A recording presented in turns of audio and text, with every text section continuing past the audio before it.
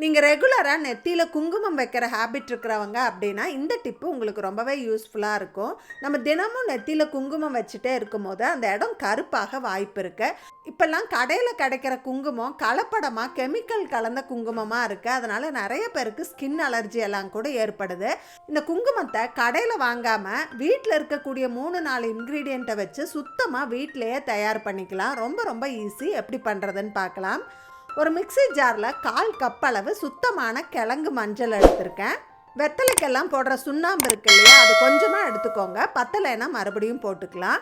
இதில் ஒரு அரை லெமன் பிழிஞ்சு விட்டுட்டு கூடவே வாசனைக்கு கொஞ்சம் ஜவ்வாது சேர்க்குறேன். இது ஆப்ஷனல் தான், தேவைப்பட்டால் போட்டுக்கலாம்.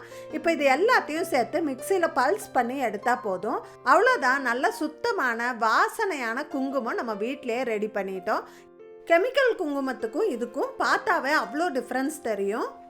இதை சாமி படங்களுக்கு எல்லாமும் வைக்கலாம், டெய்லி நெத்தியில் கூட வச்சுக்கலாம். எந்த அலர்ஜியும் ஏற்படாது.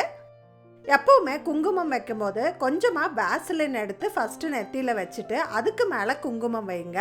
நிறைய நேரம் கலையாமல் நம்ம எப்படி வச்சோமோ அதே மாதிரி இருக்கும். ஸ்கின்ல டைரெக்டாக படாது. அதனால் அலர்ஜி, ஸ்கின் கருத்து போகிறது, அந்த மாதிரி எந்த ப்ராப்ளமும் வர்றதுக்கு வாய்ப்பே இல்லை. இது போல் நிறைய யூஸ்ஃபுல் டிப்ஸ் தெரிஞ்சுக்க கீழே ஃபுல் வீடியோ டேக் பண்ணியிருக்கேன், செக் பண்ணி பாருங்கள்.